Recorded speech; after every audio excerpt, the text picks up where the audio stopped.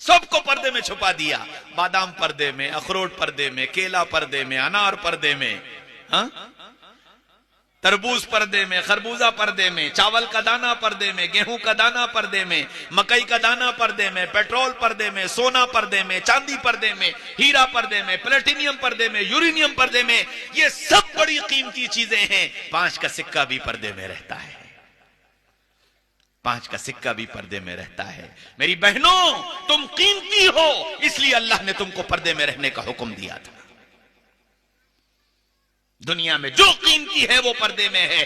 तुम कीमती हो इसलिए तुम पर्दे में हो, और कीमती इसलिए हो कि तुम्हारी गोद में कायद पलते हैं, तुम्हारी गोद में रहबर पलते हैं, तुम्हारी गोद में उलमा पढ़ते हैं, तुम्हारी गोद में दुनिया को राह रास्त पर लाने वाले पलते हैं। तुम इसलिए कीमती हो।